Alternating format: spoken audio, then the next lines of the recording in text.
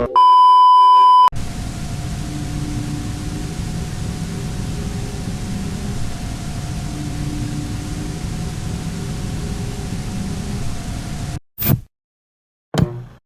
best friend has been on death row for the past 12 years. Soon I have to watch him die. I've known Johnny almost all my life. Him and I have been buddies since middle school, due to our mutual interest in computers and all things technology. We lived a pretty good childhood together, and I think it's safe to say that it was because of him I'm able to look back at that time with a smile. Even today, I can still vividly remember those days. It was 7th grade, after school. The year was still just beginning and there were many new kids I hadn't met yet. Johnny was one of them. I was in the library waiting for my parents to pick me up when I spotted him sitting alone at one of the tables behind a bookshelf.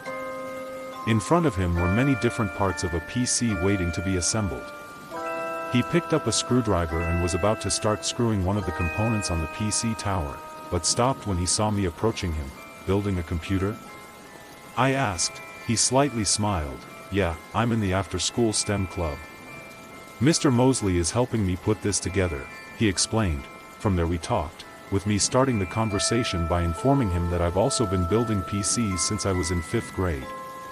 After some time, I even joined him in building his PC until my parents showed up.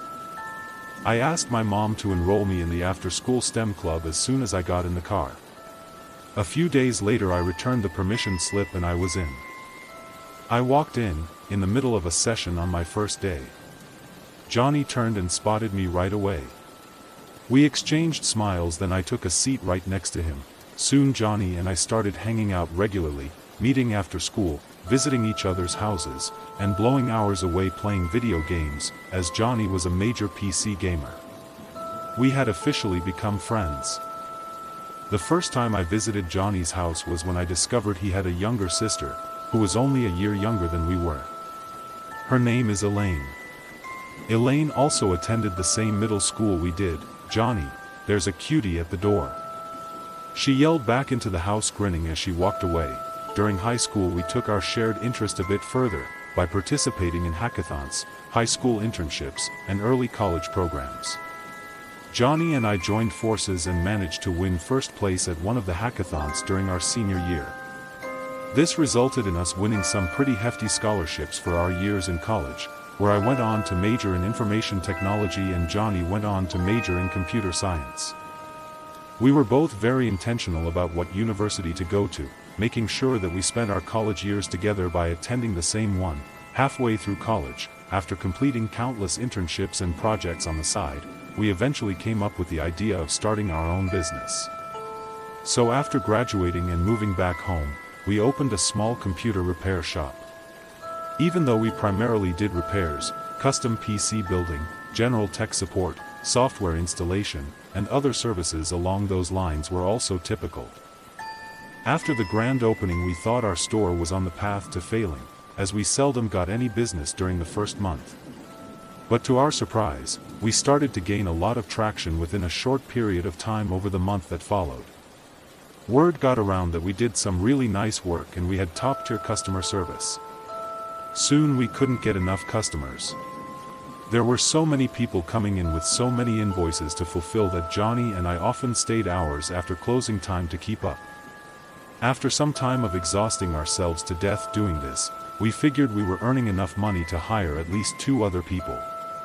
Our first hires turned out to be 2 graduates fresh out of college, just like us. Over time we continued to give the business all we had, maximizing profits and stacking up cash. Almost everything continued to go well. That was until Johnny and I started to get less agreeable with each other when it came to making decisions about the business. At some point there was more conflict between the two of us. We couldn't agree on anything, and it made our attempts at conducting business relatively difficult. I remember this starting with one instance in particular. We had just got a call from a customer who wanted to sell an old PlayStation 2 to us. Soon as I get off the phone I turn around and see Johnny glaring at me with his arms folded. You know, I've been thinking about this whole thing of collecting consoles no one buys anymore. He said. He argued that taking in old pieces of technology was of no benefit, and it would be better for our business if we cut that as a service. What do you mean? We still get a few collectors who are all over stuff like this, I objected. Exactly. Every now and then. It's a waste to keep putting money and resources into refurbishing things we rarely sell. After some friendly exchange, I still stood my ground, insisting that we continue to service and sell older gen consoles and pieces of technology, but it was far from over. Small disputes such as this one started to riddle our days in the store, and the more they occurred the more intense they became.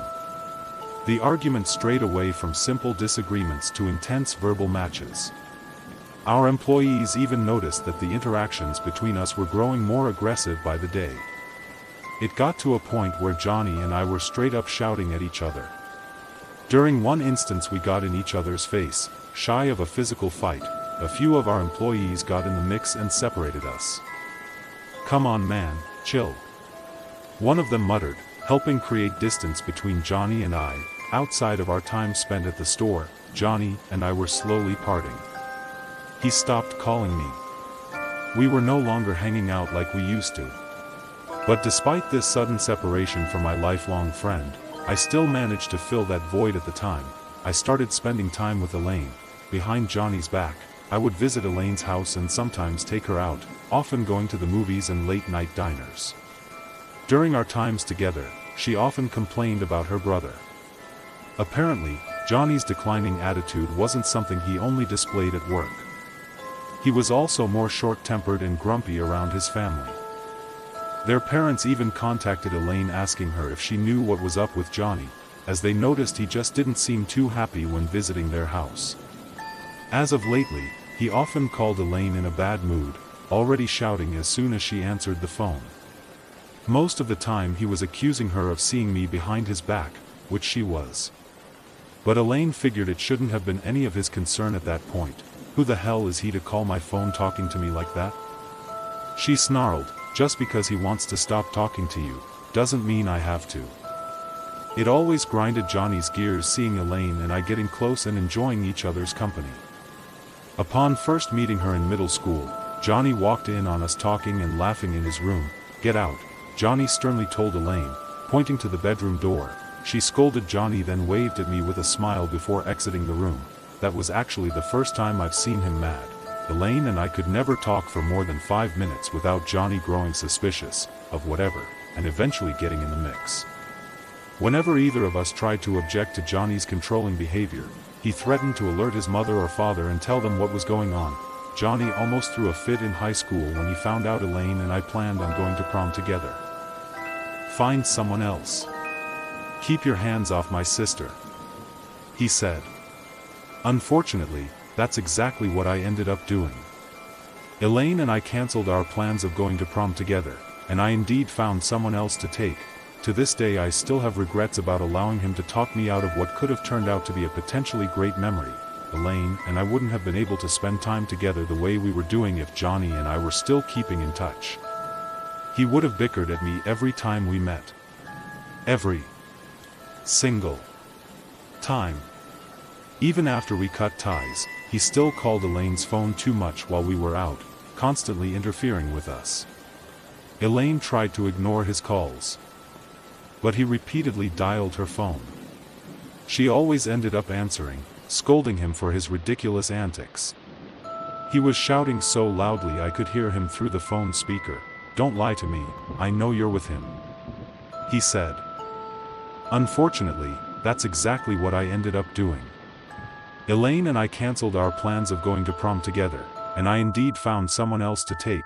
To this day I still have regrets about allowing him to talk me out of what could have turned out to be a potentially great memory. Elaine and I wouldn't have been able to spend time together the way we were doing if Johnny and I were still keeping in touch. He would have bickered at me every time we met. Every single time.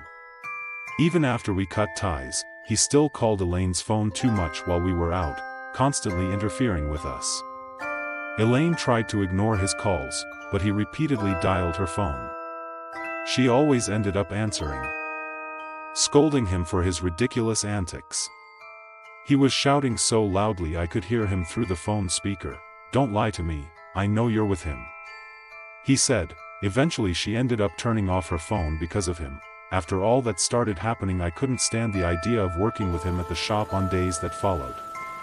But he spent a lot of time in the office anyway, and avoiding too much interaction with him became relatively easy on most days. However, when we did communicate I could still sense the negative energy, and every time our eyes met I could just feel him saying, "I know you're seeing my sister, you asshole." A few months later the holidays arrived. And Christmas was only a few days away. So we closed the shop down for a week. Elaine urged me to visit their family, as they were planning on having a get-together. Their grandparents from out of town planned on visiting their parents' house for a week. I declined Elaine's invitation. Johnny and I still weren't on the best terms, and I was aware he'd be there. I didn't want to be part of the reason why their Christmas was tainted.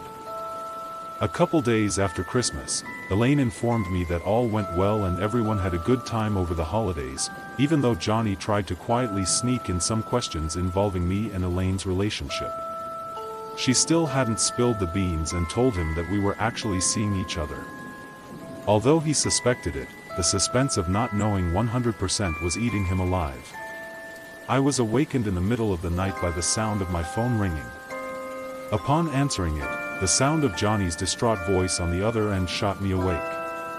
He was shouting and screaming so heavily that I could barely make out what he was saying. This time he wasn't shouting out of anger, it was out of fear. When I got him to settle down a bit he was more understandable. "Dennis, man," he sobbed, I don't kn. I sat up in bed quickly. "Johnny, what's wrong?" There was some brief silence, then he started bawling uncontrollably. "Everyone is dead." He said, "What?" I shouted, "Everyone is dead." He repeated, "Mom, Dad, Grandma, Grandpa." His constant crying kept him from completing a full sentence. "Someone's hurt? Did you call the police?" I asked, more crying. I simply hung up the phone, hopping out of bed and slipping on anything I could find. My jaws dropped when I pulled up to Johnny's parents' house and saw multiple police cruisers along with a few ambulance trucks parked in the yard. The flashing lights lit the area up, adding to the already heavily lit neighborhood from the Christmas lights. There were many officers and paramedics walking in and out of the front door of the house. I hastily parked my car and hopped out when I saw two of the paramedics exit the house pushing body bags on stretchers. Two of the officers stopped me before I could get halfway across the yard. "What happened?" "My friend lives here," I said, trying to break free from the gasp of one of the officers. "Sir, I'm gonna need you to calm down," one of them replied. At that moment another car came pulling up to the scene. It came to an abrupt stop in the middle of the street. Then that's when I saw Elaine hopping out of the passenger side before dashing towards the house. She too was restrained by one of the officers and held back from seeing what was inside. She argued and screamed at the officer, begging him to let her in the house. "I'm sorry ma'am, but I can't let you do that. My parents and grandparents are in there." What the hell happened?" Elaine screamed. The officer was hesitant to answer, letting Elaine know that she was advised to brace herself. Elaine broke down and started crying, barely able to stand up. She held on to the officer's uniform to keep from falling to the ground. I pointed at Elaine and asked the officers holding on to me if I could go over to her. They released their grip and watched as I ran to Elaine, right away helping her get to her feet and embracing her. She sobbed into my chest while saying, "What happened, Dennis?" I wasn't sure myself. But I got the biggest hint when I saw Johnny coming out of the door. His arms were handcuffed behind his back as another officer walked him out. As he got closer, it took a moment for me to see the blood smearing his face. His shirt was also stained red. When Elaine turned and saw Johnny coming out of the house, the officer had to stop her again as she flew out of my arms and tried to run towards him. Elaine asked me to stay at her place that night. She was in no position to be alone. She had a hard time sleeping. Both of us did. Elaine stayed up half the night sobbing at my side. I kept my arms wrapped around her for hours, sitting up in her dark bedroom. I don't think I could ever talk to him again. That I hate that guy. Elaine cried. My heart dropped when she said this. Never heard her talk that way about him. She said hates him. Then referred to him as that guy as if he was some distant stranger, but he did what most would think only a distant stranger is capable of. Only a distant stranger would be capable of going into your parents' bedroom and stabbing them to death. Only a distant stranger would creep up behind your grandmother in her rocking chair and impale her through the neck. Only a distant stranger would beat your grandfather to death with a hammer in the bathtub. Unfortunately, it wasn't a distant stranger that committed these deeds. It was her own brother, but Johnny swore he was innocent. According to him, someone broke in and knocked him out. Then he woke up and found the mess. After the case had found its way on the televisions of thousands in our city, going to work and running the shop became even more awkward than when Johnny was around. Every customer that came in looked at me strangely, silently judging. I already knew what they were thinking. My employees showed so much compassion and were very sensitive about the matter. Some of them were even open to talk if I ever needed to let any emotions out. I take running my business very seriously, and I'm typically active out on the floor assisting my employees with customers. But for that first month I locked myself in my office on many days, thinking about Johnny and what he did. My mind overanalyzed everything. I thought back into our childhood and tried to mentally catch any warning signs I may have missed at the time. Yes, even back then I noticed Johnny was a bit demanding and controlling. But nothing pointed to him being a potential mass murderer. On the news they said there was no clear motive. But Elaine's theory was that Johnny was so angry and fed up with us seeing each other that he decided to take it out on his own family. If I was home he probably would have killed me too. Elaine said. Elaine and I both have been ignoring his calls from jail since he was first taken into custody. As soon as we heard the automated voice on the other end, we hung up. That was until my curiosity got the best of me and I couldn't help but to stay on the line the next time the automated voice asked if I'd accept a call from an inmate. Yes, I said in a low voice. I felt chills when I heard Johnny's voice for the first time after 2 months. Dennis? There was a short pause. How's it going, man? I said. He started out by asking how Elaine and I have been doing. Then he asked how everyone at the shop was handling the news. I ignored his question about the shop and told him he didn't want to know how Elaine was feeling. I heard a slight gasp on the other end. He went on to explain how his time behind bars was going. Due to the media attention, Johnny was placed in protective custody. He of course wasn't allowed to interact with other inmates in the general population. At first he thought this was fortunate, considering the high profile of his case. But after a few weeks of almost complete isolation and deprivation of human interaction, he was wishing they just mixed him with the others, according to him. Other than Elaine and I, he tried to call other family members and friends. But they all ignored him just as we did. This was no surprise to us, as Elaine got several calls from more distant family members informing her that Johnny was hitting them up non-stop. Many of them also called wanting to know what the hell happened. He was surprisingly calm as he told me these things. However, he still sounded like he was everything I figured, depressed and agitated. I was starting to feel bad for him. Everyone in his life was turning their backs on him. I mean, yeah, it was his fault at the end of the day. But I've known Johnny almost all my life, and he was my best friend. Was my best friend. His calm facade came crashing down abruptly, and he suddenly started sobbing. It wasn't me, you have to believe me, man. He cried. I paused before saying, Johnny. You were the only one alive in the house when the cops came. You were covered in blood and your fingerprints were all over the place. You even confess. I confessed only because they kept pressuring me in the interrogation room. He interrupted. I sighed. So what are you saying? He told that story again of an intruder breaking in and knocking him unconscious. I rolled my eyes, then I stayed silent as he retold the story, this time in more detail. I brought some of my equipment over to my parents' house because I planned on working on a PC in the garage. At around 10 o'clock that night, Elaine left with her friends, then I gathered my equipment. I put my headphones on and worked on my PC for about an hour before heading back in. He started. I tapped my foot silently, desperately wanting it to end. But the second I took my headphones off and peered around the house, he trailed off into a slight whimper. I saw Grandma in the rocking chair, and at first I thought she was asleep.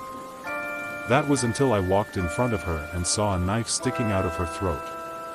I knew it was done recently because as soon as I stepped in front of her she coughed. She was somehow still alive, desperately holding on to every breath she could possibly take. I panicked, then tripped and fell right on top of her, further driving the blade deeper into her neck. He kept sobbing. I got up and ran into my parents' room screaming to let them know what happened. But by the time I got there, Dad was already trying to crawl his way out of the room. As he silently reached out for me, I quickly realized his throat was slit wide open. I dropped down and tried the best I could to help him control the bleeding. Then I looked up and saw a bloody bulge beneath the sheets in the bed. There was another long pause. All there was on the other end was the sounds of Johnny sniffling and failing to suppress his cries. He really was putting on a good performance. I looked all over the house for Grandpa next. I found him in the bathroom, half floating in bloody bath water. It was then I tried to run out of the house while whipping out my cell phone. But I discovered someone else trying to beat me to it. He was sliding the living room door open, shy of stepping outside. He had on a ski mask and white shades to cover his eyes. I was pissed as soon as I laid eyes on the son of a bitch. So pissed that I charged at him before he could get away. I tackled him to the ground, causing his white sunglasses to topple off his face. We tussled for minutes, and to be honest, he was kicking my ass. While I was on the floor, he went and put his glasses on again. Then came back and kicked me in the face. It was the last thing I remembered before I found myself waking up to the sound of the police banging on the door outside. "What did the cops have to say about your story? Did you tell them this?" I asked. "Yes. But for some reason the evidence at the scene doesn't match what I'm saying. They even saw me all bruised and fucked up from the fight. But they still aren't buying it. Please man, you have to believe I'd never do this." Well, there's still time to. The sound of someone knocking on my door outside caused me to stop. I peeped out and saw Elaine standing in front of my door. I told Dennis I'd have to talk to him later before hanging up the phone mid one of his sentences. I let Elaine in and greeted her with a hug, not bothering to tell her I finally spoke to her brother. Johnny continued to call for weeks going forward. At the time, we spoke around twice a week on average. I'm not going to lie. At first, I was kind of annoyed when he called. But after reluctantly pulling myself to say yes to the automated voice on the other end just a few times, I was doing it automatically every time he dialed. I couldn't bring myself to ignore him completely anymore. The more we spoke, I could sense his declining mental state after every call. He was always crying, apologizing, begging. He went on about how he missed his family and friends, including Elaine and I. He wanted to run the shop with me again. He wanted to continue our journey. He wanted to be friends again. But unfortunately, I barely considered him a friend anymore. During one call he begged me to put him on the phone with Elaine. When I told him, she said she never wanted to speak to him again. He downright screamed into the phone saying that he loved her. He apologized like his life depended on it. For a while I didn't bother telling Elaine that I was accepting Johnny's calls. But when she finally found out, she was surprisingly calm about it. Although she didn't want to speak to Johnny, she always asked if he called, and wondered what we were talking about. She was aware of the story Johnny continued to tell about the intruder that allegedly broke in. Just like me, she was aware that this dude was clearly lying. I must say he told that tale well. I was surprised at how descriptive and detailed he was about it. He also did a great job of sticking to that lie and remembering everything each and every time he told it. Other than his cries and sudden love for all his family, hearing about the ski-masked intruder with white shades was routine. I wish I had shattered those glasses right in that bastard's face. He yelled over the phone. I found it amazing how far he was willing to go to deny doing something he knew he did. Elaine thought maybe he really was secretly going crazy the whole time. And this imaginary burglar with white shades was just a manifestation of his guilt. More months passed by, and the tension between us barely cooled down. We were still super pissed with Johnny, and Elaine still hadn't spoken to him a single time yet. But I felt we should have at least given him one visit while he was locked up. After speaking with him off and on the phone and hearing how distressed he was, I wanted to see how much this was impacting him physically. Elaine looked at me like I was a ghost when I suggested we go to visit him. There was lots of resistance, and of course a small fit at first. But she was eventually swayed, and agreed to visit Johnny with me at the county jail. Alright then. I'll go to see my piece of shit brother, once. On the day we went, Elaine pouted the whole ride there. I just knew she had some things to say to Johnny. When we got to the county jail and stepped out of the car, she suddenly became eager. She angrily stomped her way to the entrance, reaching the building seconds before I did. Johnny didn't physically express his excitement to finally see us. As the guard walked him to the phone, he approached the security glass with a tense, very worried expression. But as he got closer to us he seemed to quickly ease up. I picked up the phone beside me, and waited for Johnny to do the same. "It's nice to finally see you guys," he said, trying to crack a very slight smile. I peered over at Elaine. She wasn't smiling at all. She was glaring at him angrily. Johnny noticed, which is why he didn't bother saying hi to her yet. "It's nice to see you too," I lied. His physical appearance was unfortunately starting to match his mental state. He looked like he was having a hard time sleeping, as there were darkened bags beneath his eyes. His hair was a mess. As expected, he didn't look happy. The conversation started with Johnny doing his usual emotional pandering, constantly talking about how much he missed us, how much he loved us, and how he wished he appreciated having us around before, everything he's already expressed numerous times over the phone. As we spoke, Elaine remained seated, her arms crossed, still glaring at Johnny through the security glass. Things went relatively smooth until he mentioned the intruder with the white glasses again. Elaine rolled her eyes and snatched the phone out of my hand mid-conversation. "You know what, John? You're full of shit and you know it," Elaine yelled into the phone. This caught the attention of everyone in the visitation area. Johnny's expression grew even more dreadful than what it already was. "Do you have any idea what I go through at night? I can't shut my eyes without being reminded that my mom, my dad, my grandparents, my family, are all gone because of you." Johnny stared back at her in disbelief, his eyes filling with tears. "You took my life from me. You took everything. And now you're trying to put the blame on some imaginary villain when the villain is you." Elaine continued to vent, her voice growing louder the longer she went on. Johnny didn't say anything back. I could tell he was about to break down any minute. A guard approached her and warned her about her behavior. When she ignored him, she was hauled out of the building. I picked up the phone again, Johnny's face scrunched up. Then he finally released that breakdown I was anticipating. "My lawyer said they might give me death. Dennis," he sobbed, "I'm scared as hell." One of the guards on the other side came to let Johnny know his time was up. He placed the phone back on the hook, and sobbed as he was led to the door behind them. With the phone still to my ear, I watched him with a face that expressed shock, confusion, and dread all at the same time. About a week later, Elaine and I were on the sofa watching the news at my place. She had her arms wrapped around me, head resting on my chest. When the reporter began talking about Johnny's case, I felt her body instantly start to shake.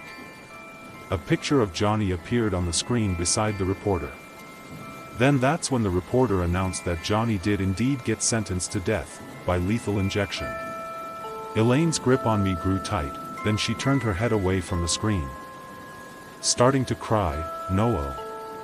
She whimpered. I rubbed her head and kissed her, doing my best to console her. Apparently Johnny was scheduled to be sent to a death row unit at a prison 45 minutes away within a week.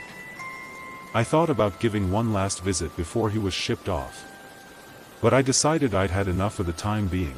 I turned to a different channel and embraced Elaine even more, muffling every last one of her cries until she eventually fell asleep in my arms.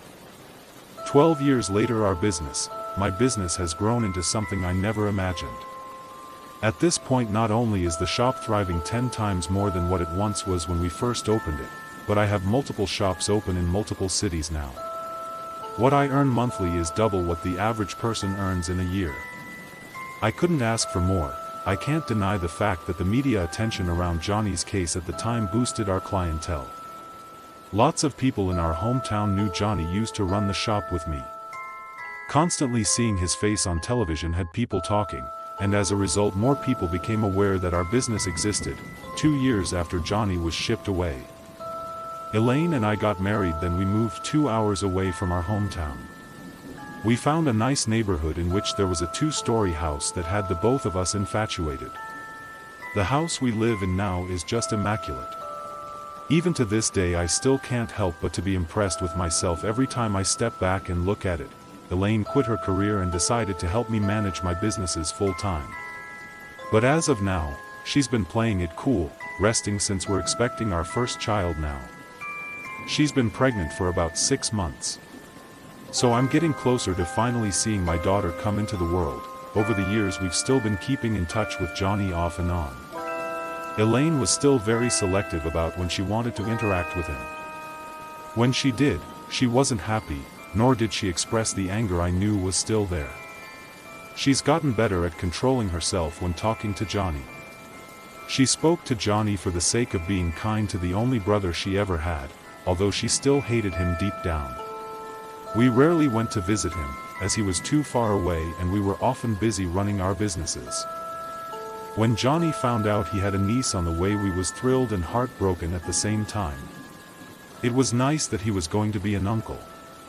But he'd never get a chance to spend any time with her or get to know her.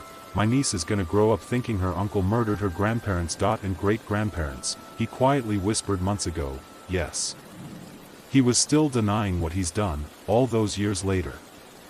I also still had to hear him blame it on this mystery intruder with the ski mask and white glasses. The fucker will hear about my death from the safety of his comfortable life. He once said, he knew better than to mention this intruder while talking to Elaine. Otherwise he risked being hung up on. And he didn't have the privilege to call back as a death row inmate. He had to use his phone calls wisely. Unfortunately for Johnny, he wouldn't be making much more phone calls anyway. They scheduled his execution date, and it was much closer than what I expected. He was scheduled to die a month before the expected date of my daughter's birth. It had been years since Elaine showed any intense emotion over this. But when I gave her the news of Johnny's execution date being finalized, she cried again for the first time. Although she felt like she hated her brother, she ironically didn't want him to die. Despite this, she agreed to go visit the prison on the day of his execution when I made the suggestion.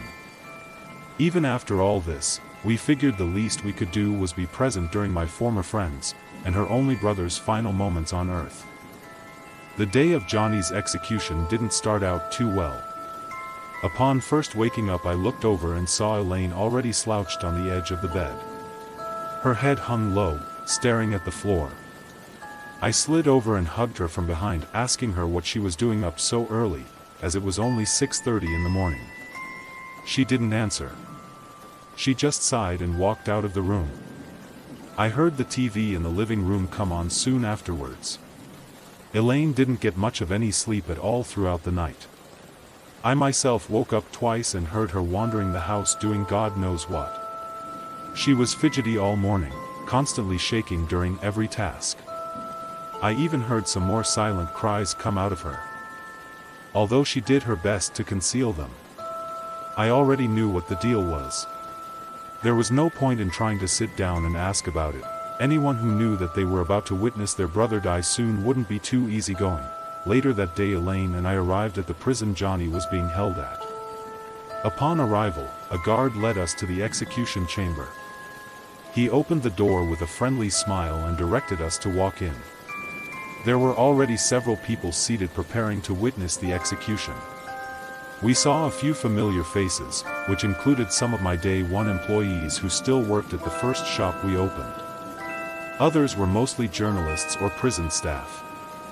Then of course, there was a priest sitting on the other end of the room.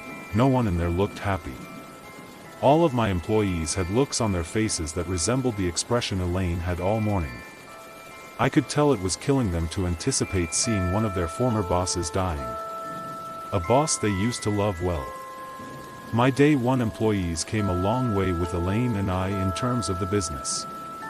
But to them, the former boss was the one who got left behind, the one who should have been around with everyone else to see things finally blossom. One of my employees shot us a quick wave. I waved back, then led Elaine over to a seat right next to him.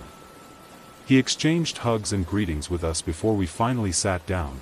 In front of us were two closed curtains blocking the security glass, which was where the execution was supposed to take place.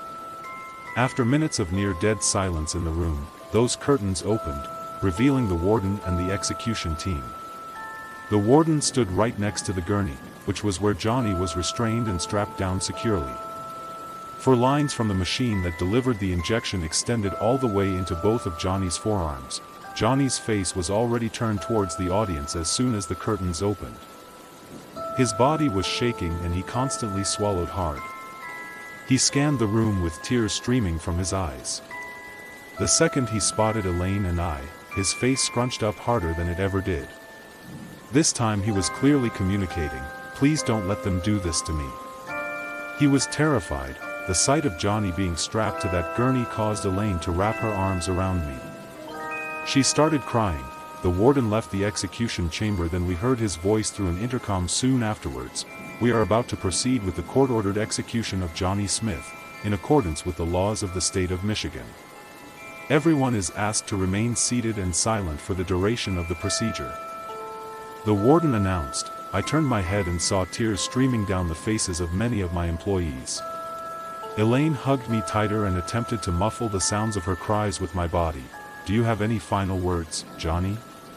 the warden asked over the intercom. Johnny paused for several seconds before saying, "I'm not some animal who's being put to death. The guy who should really be in this chamber is still out there living his life. Elaine, before I go I want you to really acknowledge the fact that I didn't kill our family." Elaine covered her ears as he spewed this. I turned and saw the priest beside us cupping both of his hands together, whispering, "It's all right, Johnny. Just make sure your heart is in the right place." Me and Johnny's eyes met. His fear and tear-filled eyes stared me up and down. The guy standing next to the machine must have gotten the signal from the warden. He flipped a switch on the machine, and multiple drugs began to pump through Johnny's veins. Johnny's fear-filled face turned to confusion when he saw me grin at him. I gave Elaine a kiss on the back of her head, then reached in the inside of my jacket pocket. I slowly pulled out a pair of white sunglasses. Johnny's eyes lit up as the realization hit him instantly. My grin grew wider once I placed the shades on my face, and oh. Johnny panicked, his head rising from the gurney. Too late, the drugs knocked him unconscious seconds later. Within a few minutes he was out of here. Everyone else left that prison sad and devastated. But secretly, I was happy. I was happy that Johnny finally made peace with himself, happy that I now had peace with myself. Now that he's out of the picture, I was happy knowing that Elaine and I could live our lives together happily without Johnny interfering. Elaine and I can finally live without that nuisance. I was happy that I ran and grew the business by myself peacefully with no mishaps while Johnny was locked away. It'll only get better now that I don't have to constantly talk to him on the phone anymore, or occasionally visit him. Our time together was great while it lasted. But I guess nothing good really lasts forever. I enjoyed the journey. Farewell, Johnny.